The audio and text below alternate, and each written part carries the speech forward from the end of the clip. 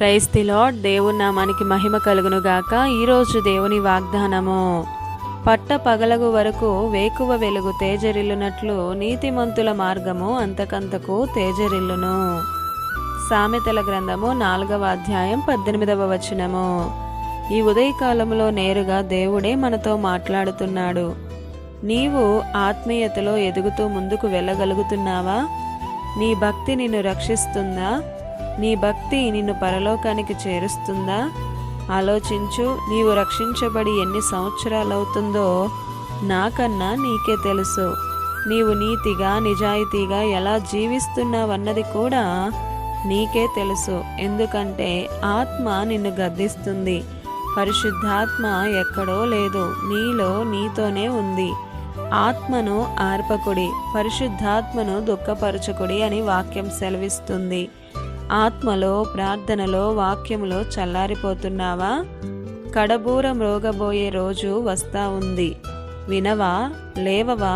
పరిగెత్తవా? నశించిపోతున్న వారి కోసం ప్రార్థిస్తున్నావా? ఎంతసేపు ఏమి ధరించుకున్నామా, ఏమి తిన్నామా అని లెక్కలేసుకుంటున్నావేమో. అడుగుతాడు ఆయన, అన్నీ లెక్కే. నీతిమంతుల గుడారాలలో రక్షణను గూర్చిన సునాదము వినబడుతుందా?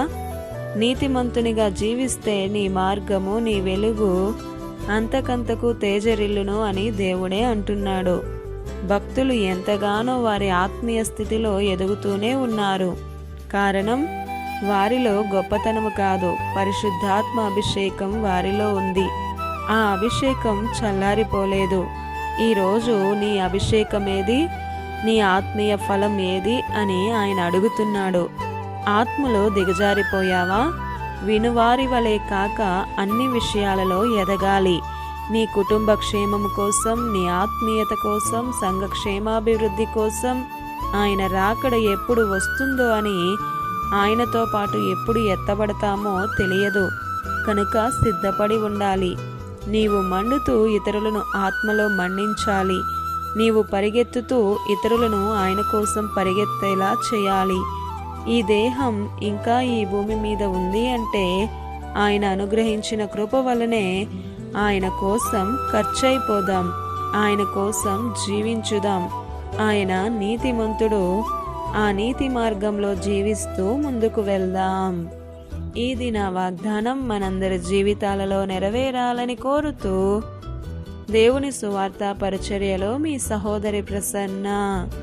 God bless you. ఆమేన్.